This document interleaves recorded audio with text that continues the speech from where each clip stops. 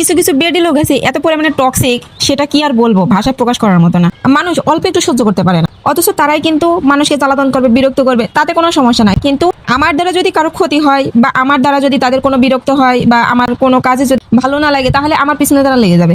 মানুষ এত টক্সিক কেন হয়? আমার ব্যালকনিতে আমি গাছ লাগাইছি, সেটা বেডি কিন্তু মাঝে সাথে আসবে, এসে দেখে যাবে আপনার ব্যালকনিটা অনেক সুন্দর, আপনি অনেক সাজায় গোছায় রাখেন, আপনার গাছগুলো অনেক সুন্দর, আমার এই প্রশংসা করে যাবে, প্রশংসা করে যে ওর নিজের বাসায় যাবে, আমি থাকি 5 তলা, ও থেকে 4 তলা। এখন কি করবে বেডি?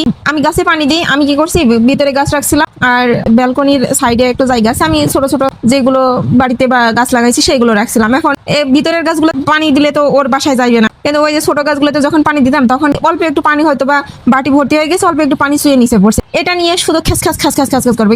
এত পানি ফেলে গাছ লাগানোর দরকার নেই, চিল্লানি দেবে, আবার কথা শোনাইবে, আবার এটা নিয়ে আবার ম্যানেজারের কাছে বিচারও দিবে। মানে কি পরিমাণে টক্সিক, তাহলে চিন্তা করেন কি লাভ হলো টক্সিক আচরণ করে? তুই আমার কাছে বিরক্তিকর হয়ে গেলি, তাহলে দেখলেই তখন আমার আর ভালো লাগবে না, তোর সাথে কথা তো দূরের কথা, তোর দিকে তাকাইতেও মন চাইবে না, এমন একটা অবস্থা হয়ে গেল। তো কি গাছগুলো সরাই নিয়েছে, এই যে আরো সুন্দর একটা ডেকোরেশন হয়ে গেছে, এই যে সুন্দর ডেকোরেশন করছি, নে এবার খ্যাস খ্যাস কর, প্যাক প্যাক কর। বেয়াদব মহিলা, সবসময় এত টক্সিক আচরণ কেন হবে? বেয়াদব বেডি কোথাকার।